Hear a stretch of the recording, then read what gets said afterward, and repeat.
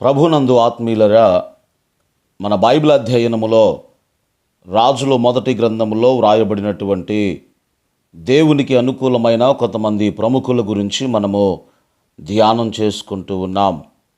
గత ధ్యానము నుండి ప్రవక్త అయినటువంటి ఏలియాను గురించి మనం నేర్చుకుంటూ ఉన్నాం.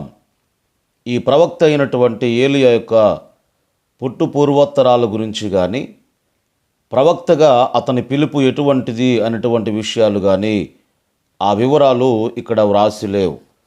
సమూయేలు ప్రవక్త ఎవరైతే ఉన్నారో ఆయన జన్మ గురించి, తర్వాత జీవనాల గురించి ఉన్నట్టుగా ఏలియాను గురించి ఈ గ్రంథంలో వ్రాయబడి ఉండలేదు. ఈ ఏలియా గిలాదు ప్రాంతం వాడు అనేటువంటి మాట పరిశుద్ధ లేఖన భాగంలో వ్రాయబడి ఉన్నది. ప్రవక్తలు ఎక్కువ మంది యూదయ రాష్ట్రం నుంచి వచ్చినటువంటి వారే. అయితే ఈ ప్రవక్తలందరిలోకి అగ్రగణ్యుడు ఎవరు అంటే రోషము కలిగినటువంటి ప్రవక్త అయిన ఏలియా. ఇతడు ఉత్తర ప్రాంత వాస్తవ్యుడండి. అందులోనూ యోర్దానుకు తూర్పున ఉన్నటువంటి ప్రాంతం వాడు. అయితే ఏలియాను గురించి అతి రమ్యమైనటువంటి వివరము లేఖన భాగములో ఒకటి మనకు కనబడుతూ ఉంది.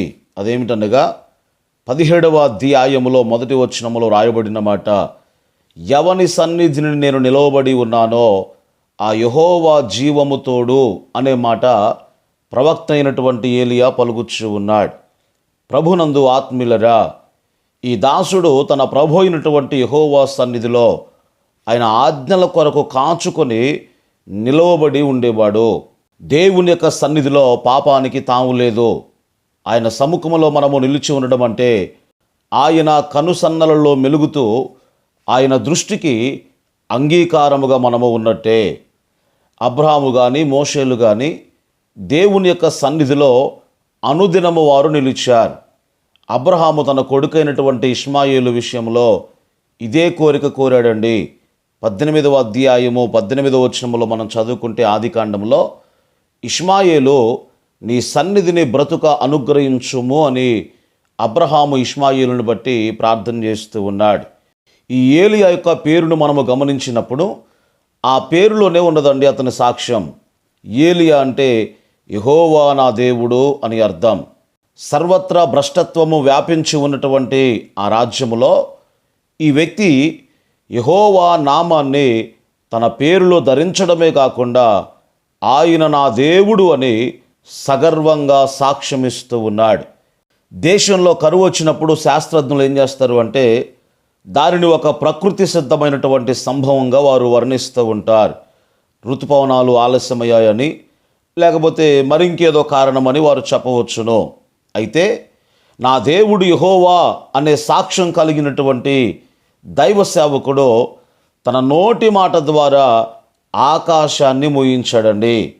ఆనాడు కొలువులో మంత్రులు కానీ, పుర ప్రముఖులు కానీ ఎవరైతే ఉన్నారో వారి ఎదుట ఈ ప్రవక్త అయినటువంటి ఏలియా ఈ అనావృష్టిని ప్రకటించడం వల్ల దేశ ప్రజలందరికీ ఈ విషయం అర్థమైంది. అదేమిటంటే వచ్చినటువంటి కరువు అనావృష్టి వల్ల కాదు, యెహోవా మూలంగానే వచ్చింది అని వారికి అర్థమైందండి. బయలుదేవుణ్ణి తలదన్నేటువంటి మహిమ కలిగినటువంటి వాడు యెహోవా అని ఏలియా నిరూపించబూనుకున్నాడు. దుర్మార్గంగా ప్రవర్తిస్తున్నటువంటి ఒమ్రీ రాజవంశం పట్ల ఆ రాజు ఎవరైతే ఉన్నారో అంటే ఆహాబు, యెజెబెలు రాణి ఎవరైతే ఉన్నారో వారు ప్రచారం చేస్తున్నటువంటి ఆ అన్యమతం పట్ల ఆ ప్రజల్లో ఉన్నటువంటి ఆ గురిని చిన్నాభిన్నము చేయడానికి ప్రవక్త అయినటువంటి ఏలియా సమకట్టాడు. మొదటి రాజుల గ్రంథము 17వ అధ్యాయము మొదటి వచనములో ఇంతకుముందు మనం చెప్పుకున్నటువంటి మాట, ఎవని సన్నిధిని నేను నిలవబడి ఉన్నానో ఆ యెహోవా జీవము తోడు అని చేసినటువంటి ఆ ప్రకటనతో ఆహాబు దురాగతాలపై సమరశంఖం పూరించాడు ఈ ప్రవక్త అయినటువంటి ఏలియా. క్రీస్తునందు ప్రియులరా, ఈ నిజమైనటువంటి ప్రవక్తలు ఒకే ఒక్క కారణం వల్ల రాజులకు వారు భయపడలేదండి. అదేమిటంటే వారు యెహోవా సన్నిధిని నిలవబడిరి. సర్వోన్నతుడైనటువంటి దేవుని ఎదుట రాజులు కేవలము ధూళికణాల వంటి వారే. అటువంటి ప్రవక్తలుగా ఉండగలిగేటువంటి యువకుల అవసరత మన భారతదేశంలో ఎంతైనా ఉన్నది అని దైవజనుడిగా మీకు జ్ఞాపకం చేస్తూ ఉన్నాను. బైబిల్ జ్ఞానము ప్రాముఖ్యమే, కానీ దేవుని సన్నిధిలో నివసించడం అనేది ఇంకా దానికంటే ప్రాముఖ్యమైనది అనే విషయాన్ని మీకు తెలియచేయచ్చు ఉన్నాను. దేవుని సన్నిధిలో జీవించాలి అంటే నీవు నీ మనస్సాక్షిని 99% కాకుండా 100% నిర్మలంగా ఉంచుకోవాలి. నిన్ను నీవు తగ్గించుకోవాలి. అన్ని వేళలా నీ ముఖమును ధూళిలో పెట్టుకోవాలి. ఏలియా ఆ రీతిగా జీవించాడు కాబట్టే అతని ద్వారా దేవుడు కార్యములు జరిగించాడు. ఈ ప్రవక్త అయినటువంటి ఏలియా దేవుడు చెప్పినటువంటి ప్రతి చిన్న విషయానికి వెంటనే విధేయత చూపించినటువంటి వ్యక్తి. ఒక రోజున దేవుడు అతనిని కెరీతు వాగు దగ్గర దాగి ఉండమని చెప్పాడు. అతడు వెంటనే వెళ్ళాడండి. 17వ అధ్యాయము 3వ వచనములో ఆ విషయాలు రాయబడ్డాయి. అక్కడ కాకుల చేత దేవుడు అతనికి ఆహారమును తెచ్చాడు. అతడు ఆ వాగు నీరు త్రాగుతూ ఉన్నాడు అని 17వ అధ్యాయము 6వ వచనములో వ్రాయబడి ఉన్నది. ప్రతి ఉదయము సాయంత్రము ఈ కాకులు అతనికి మాంసాన్ని తీసుకువస్తూ ఉన్నాయి.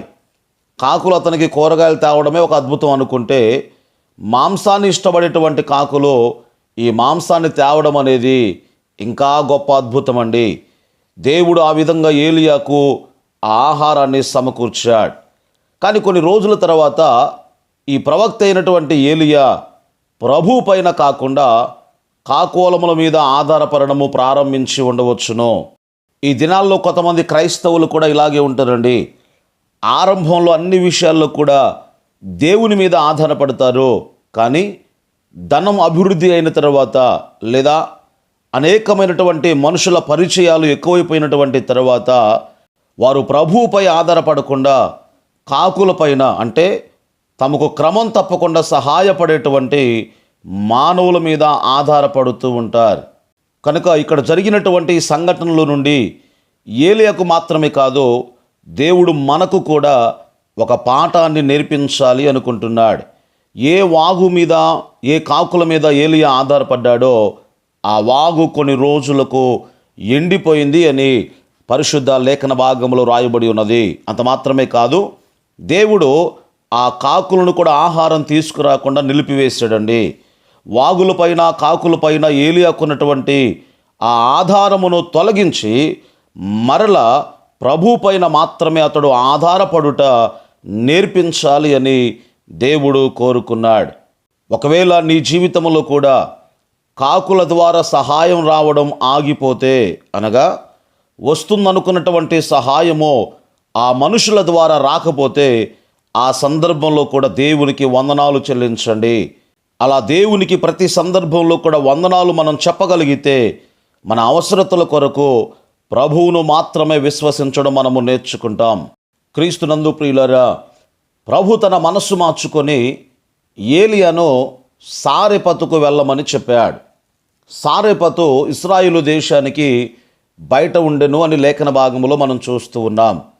అక్కడ ఒక ధనికుడైనటువంటి వర్తకుడు తన అవసరాన్ని తీరుస్తాడు అని బహుశా ఏలియా అనుకుని ఉండవచ్చును. కానీ అతడు సారెపతు చేరుకున్నప్పుడు అక్కడ అతడు కనుగొన్నది ఏంటో తెలుసా? ఒక ధనిక వర్తకుణ్ణి కాదు కానీ తన చివరి భోజనము చేయబోయేటువంటి ఒక బీద విధవరాలని అక్కడ ఏలియా ప్రవక్త కనుగొన్నాడు. ఆమె నీ అవసరాన్ని తీర్చునని దేవుడు ప్రవక్త అయినటువంటి ఏలియాతో చెప్తూ ఉన్నాడు. నిజంగా దేవుని మార్గములో ఎంత అద్భుతమైనవో కదా. దేవుడు రోషము గలవాడు గనుక ఆయన అలాంటి పనులు చేస్తాడండి. మనము కాకోలముల మీద, అనగా ధనికులైనటువంటి వర్తకుల మీద కాకుండా ఆయన యందు విశ్వాసం ఉంచాలి అని దేవుడు కోరుచు ఉన్నాడు. అందుకే అపోస్తుడైన పౌలు కొరింథీ సంఘానికి ఉత్తరాన్ని వ్రాస్తూ తన మొదటి పత్రికలో 1వ అధ్యాయము 29వ వచనములో ఈ రీతిగా జ్ఞాపకం చేస్తున్నాడు. దేవుని ఎదుట ఏ శరీరుడును అతిశయపడకుండున్నట్లుగా నీకు సహాయపడడానికి ఆయన ఎవరిని వాడుకుంటాడు అంటే, ఒక బలహీనుడును నీకు సహాయపడతాడని నీవు ఊహించినటువంటి వ్యక్తిని దేవుడు వాడుకుంటాడు అని పౌలు భక్తుడు స్పష్టంగా ఆ విషయాలు జ్ఞాపకం చేస్తూ ఉన్నాడు. ఈ సారెపత్తులో ఉన్నటువంటి ఈ విధవరాలు అంటూ ఉంది కదా, మేము మా చివరి భోజనం చేసి మరణించుదమని ఆ విధవరాలు ప్రవక్తతో మాట్లాడుతూ ఉంది. 17వ అధ్యాయము 12వ వచనములో ఆ విషయాలు రాయబడ్డాయి. అప్పుడు ఏలి ఆమెతో ఇట్లంటూ ఉన్నాడు, భయపడవద్దు, నీవు పోయి నేను చెప్పినట్లుగా చెయ్యము. అయితే అందులో నాకు ఒక చిన్న అప్పమును మొదట చేసి నా యొద్దకు తీసుకుని రమ్ము, తరువాత నీకును నీ బిడ్డకును అప్పములు వేసుకునుము. భూమి మీద యెహోవా వర్షము కురిపించు వరకు ఆ తొట్టిలో ఉన్నటువంటి పిండి తక్కువ కాదు, ఆ బుడ్డిలో ఉన్నటువంటి నూనె అయిపోదు అని ఏలియా ఆమెతో చెప్తూ ఉన్నాడు. ఈ ప్రవక్త అయినటువంటి ఏలియా చెప్పినట్లే ఆ తొట్టిలోని పిండి తక్కువ కాలేదు, ఆ బుడ్డిలోని నూనె అయిపోలేదు.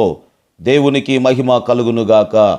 మిగతా విషయాలు మరుసటి ధ్యానంలో మనం నేర్చుకుందాం. దేవుని కృప మనందరికీ తోడై నడిపించునుగాక. ఆమేన్.